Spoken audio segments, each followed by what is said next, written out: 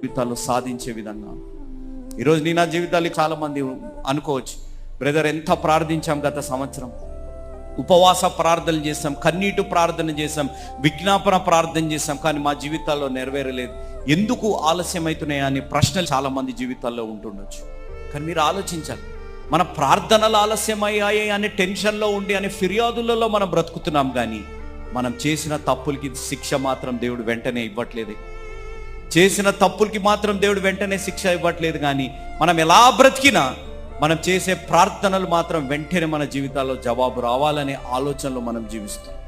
ఒకప్పుడు బ్యాంకుకి వెళ్ళి డబ్బులు వేయాలి, అక్కడి నుంచి ఏటీఎం వచ్చాయి, ఏటీఎంలో డబ్బులు వేయొచ్చు. ఇప్పుడు మన జీవితాల్లో ఫోన్పే, గూగుల్ పేలు వచ్చాయి, ఇప్పుడు ఈ విధంగా వెళ్ళొచ్చు. మన జీవితాల్లో తరము మారుతుంది, అభివృద్ధి వస్తుంది, టెక్నాలజీ పెరుగుతుంది, అన్నీ పెరుగుతున్నాయి. కానీ మనిషి విశ్వాస జీవితంలో నూతన ఆలోచనలతో దేవుడిని ఆశ్చర్యపడే విధంగా